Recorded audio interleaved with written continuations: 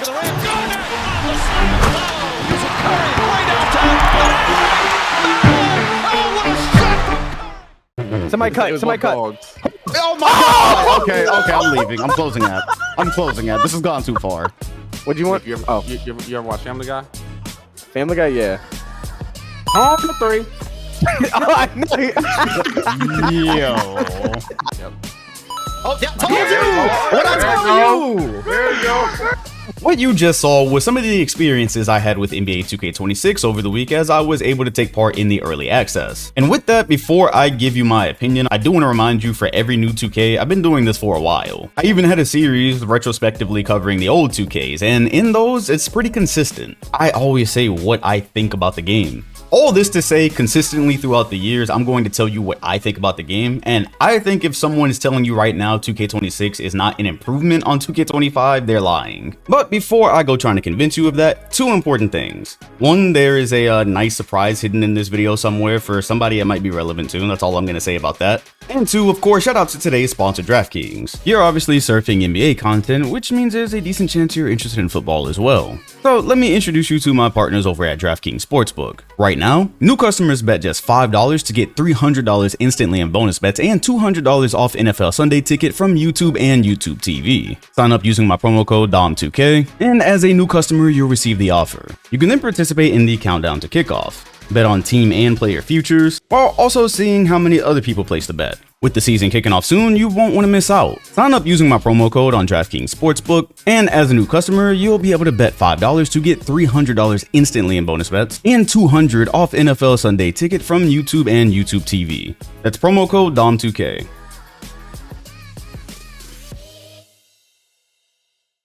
Let's go ahead and make it easy and start with the gameplay concerning my player. It's what everyone cares about. It's the first thing everyone does when they open the game. And it's where I'll say to this point, which is rare for me throughout the years, it's where I've experienced the gameplay the most thus far. First things first, obviously they made a big deal about changing the shooting. There is no more RNG. If you know your shot, you can make your shot. This has provided a couple of clips of some very skilled players making some very ridiculous shots, and I will say just from my experience so far, that's not the norm. I have no examples of somebody shooting over 5 people, though I bring up that example because I want to show I'm not justifying the shot being made. I think if you have that many defenders' attention, yeah, there should probably be some more of a bothersome factor. That's not the point though. As it pertains to NBA 2K26, you can see nobody really jumped in that clip. They just had their hands up. A little bit at that. You look where the shooter is, where the release point is. He knew he was releasing, he greened it, and he was technically open. But still, no, that shot should not have went. I want to take that and apply it to what everyone else is complaining about, because by now there's no doubt you've seen the Instagram memes or Twitter memes. Oh, defense is bad this year, it sucks, this, that, the other. Okay, so what I see so far,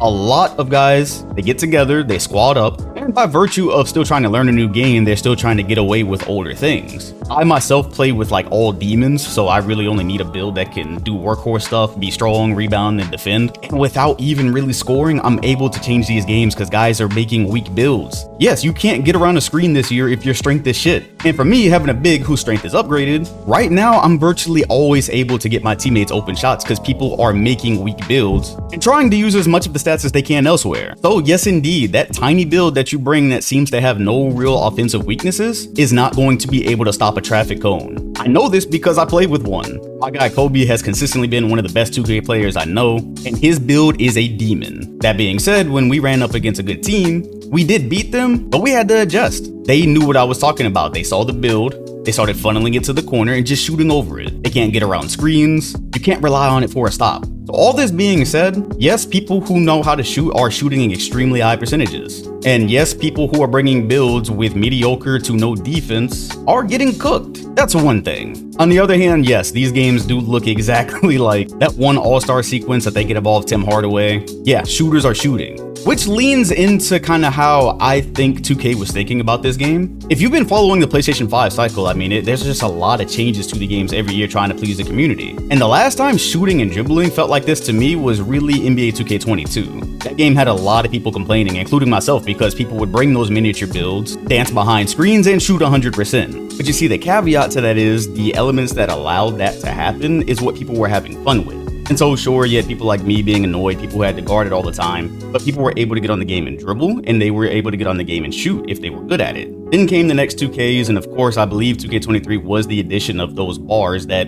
penalize you for reaching or basically just trying to spam anything. Of course, it was the first iteration, people thought it was too restrictive, and in my opinion, in 2K26, it just feels like they figured out how to balance that. How to have people be able to dribble as much as they want, shoot as much as they want, while not feeling hindered by the little bars on the bottom and the stamina. So yes, the common complaint right now is defense. We can't defend a shot, we can't get a stop. I've watched this story enough times, and I honestly think with 2K26, they need to stick to fixing the things that objectively need to be fixed. Some of which we'll get to in the like 5v5 gameplay area that doesn't involve my career. Pretty much every game that drops these days have things that do need a patch. I don't see the point of releasing a game like this where people can kind of do the things that they want and then nerfing it, bending the knee to the complaining. Unless it's something actually worth really complaining about. That being said, I have seen a compilation of the most ridiculous outlet passes I've ever seen. That feels like a thing that's always there with 2K. Sometimes you can't make a pass at all. Sometimes you can make too many passes. I think looking at the pass accuracy right now, knowing the pass accuracy of some of the players I've seen throw like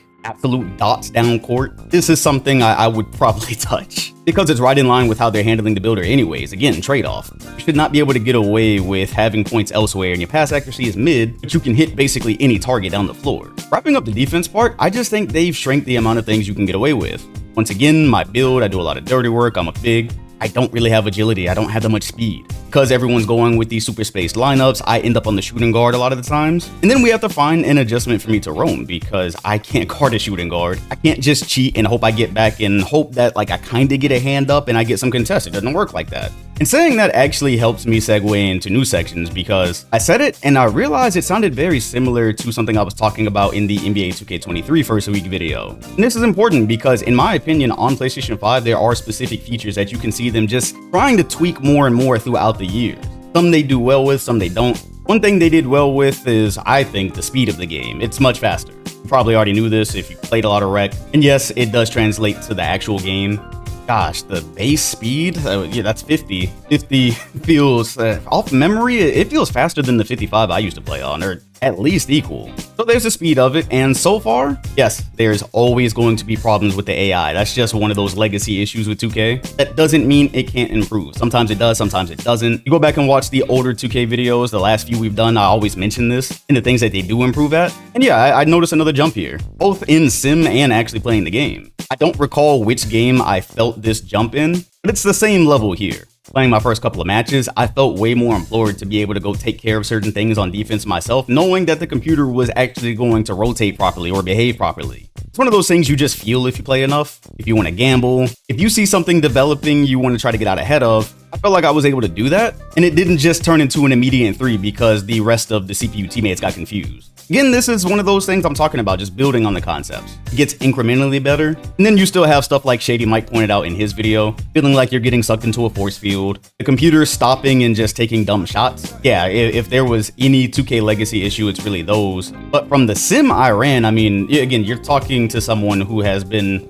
really just using sim on PS5 almost since it came out. Yes, they are still gonna make some dumb decisions. Sometimes they won't take a shot you think they should make. The specific differences I saw there though, and what I'm interested to see if it holds up in actual gameplay, the computer is making actual decisions, and they're making them very quickly. And so it only took one game to see, hey, he caught the ball, and instead of just staring and wasting clock or going into a size up, he kept swinging it. This guy drove, he got cut off, he didn't just waste 4 more seconds, he immediately got rid of it. The reads on defense, quality of shots on offense. Through the years, I have found the sim gameplay to be a decent barometer of what the game will actually play like. And I'm talking in terms of the AI. The years where the sim was good, the CPU was also adequately challenging. We have come a very long way since they broke the shit in NBA 2K17. I do think the layups are gonna frustrate people. I said that as soon as I realized everything was timed. And it's cause that just leaves the door open for so much shit. You can tell me what you think yourself in the comments, but this game tying layup attempt with Garland, I feel like I got where I was trying to go. I feel like I had everyone beat, and I thought my release was in the green window. And the green window immediately went away with Siakam being behind me. I'm not gonna trash the game over a missed layup. They do happen in real life, but boy, I think over the course of months, that might get annoying just because it'll probably feel uneven versus the shooting. The shooting, if you know what you're doing, you got it. I actually think I meant to mention that in Rec. So far, it's kind of hard to tell when you're gonna be open enough to release a button in the window. And that's something I don't think should be as difficult if you were damn near wide open by the time you went up. So far, I've not found that to be detrimental, and that's the kind of thing I'm talking about where I'm going, okay, if it's not flat out broken, I kinda hope they don't touch it. And again, for everyone saying the defense is broken in this game, I played against the Indiana Pacers and I couldn't fucking move. I took a lot of gambles, and instead of just being able to force them through, I paid. And my opponent paid for not really having size. The Pacers lost Miles Turner, and I was using the Cavs, so that really did feel as lopsided as it should down low. He was not able to just have smaller players there getting some type of BS swipe, or they were just in the vicinity. No, it's pretty much the same concept as Rec. The size and strength of the matchup mattered. You will get put in the rim. On the topic of things they've just been adding to for a while now, the players' likeness to themselves and playstyles continues to get closer and closer to the real thing. These side steps and a little feet shuffles with Hallie, I really don't know how much closer you can get. This one's gonna take some time for me to say more about, gotta play with way more teams. Though there were multiple moments throughout both games where I'm just going, yeah, that's him. Ah, that's the one he makes. That's the one he makes. I knew it. That's the I one he knew makes. it. It's fucking I knew crazy. it. Yo, I'm about to turn this Oh shit my off. God. I'm about to turn this Oh my off. God. I will turn this shit off. Oh my I will God. turn this shit the fuck off. Yes. Just like kind of just like real life too, bro. Like remember like game one of the finals, he was struggling. And He hit the game yeah, winner. that's basically what just happened. I really just got reached. That's crazy. Andrew Nimhard started to get shifty. I got finals flashbacks. The gameplay has its issues they're looking into fixing. They actually reached out to Shady Mike, who does really good slider sets for these. But out of the box, I mean, specifically with just play now games, which is regular basketball, it'd be really difficult if you played 25 and know what it's like. And then cut on 26 and then say it's not better. Say they didn't improve this, and this. Right now, I would have to call that a lie. I used to talk to y'all all the time about the attention to detail in 2K. How in the older ones, there were just special things that took a little bit of love to make. And they made those older games feel special. This is something that across the gaming industry as a whole has kind of disappeared in place of pretty much just charging the customer. But to that point, the presentation of this game improved. Of course, there's never going to be a year where 2K drops screenshots and everyone in the comments isn't just getting their bars off about how it looks the same and they added sweat. But when they showed the gameplay for this, as a PC user who has been using all types of graphic mods since really, that goes back to about 17, 18? Well, 26 immediately looked different to my eye than 25. The graphics look better. Now, I'm not telling you to go hold it up next to 2K21. That is still probably the best looking one. I mean, 2K23 came close. Yeah, I'm not even calling it the best looking one on the console, because that still, to me, just goes to 2K21. The ball looks better, the lighting on the court, the lighting on the players. This is not the same. And it's not just the graphics. Again, the presentation. Certain arenas with the lights in the crowd that are like the little wristbands. The camera pans when you're walking a timeout. Those are tiny details which for years I was going, hey, 2K doesn't really look at these every year. Even when the graphics weren't really getting better from year to year. I mean, that's kind of happened the majority of the time since the PS4. And I used to say, hey, those things matter. It matters what people see, because no matter what you've done to the gameplay, if it doesn't look different, if it looks like the same thing you were playing a year ago, I think in public opinion, you've kind of almost lost half the battle. Well, they did find a way to add some teams. Now when you rank up leagues, you actually unlock teams from certain eras. The eras that are in the game. So once you rank up, you actually get to choose which teams you want to add to be able to use. I stopped expecting super changes to play now years ago. It's been a while since they straight up dropped new teams into the game, into the classic team section. But if you still mess with this mode, you won't have to use the exact teams as the years before. And yeah, as far as what I was able to experience in the last few days, that's all I really care to tell you. Right now, it's a lot of fun to play. And so years ago, I was actually on the side of players that was saying, yeah, it's a little dumb to get into the park or rec and guys are shooting 80% from 3. Then they made it to where this wasn't possible and almost nobody liked it. A lot of people just stopped playing. Yeah, people are gonna be pissed about getting shot over. But to me, right now, it's a fun game to play. I should probably throw in the caveat, I'm normally playing with people I can talk to, people who know how to play basketball. So yes, don't listen to what I say, then try to tailor it to your experience if you're going into rec with people you don't know. Every time I make these videos, there's an update that comes and changes things, and 2 months later, people aren't having fun.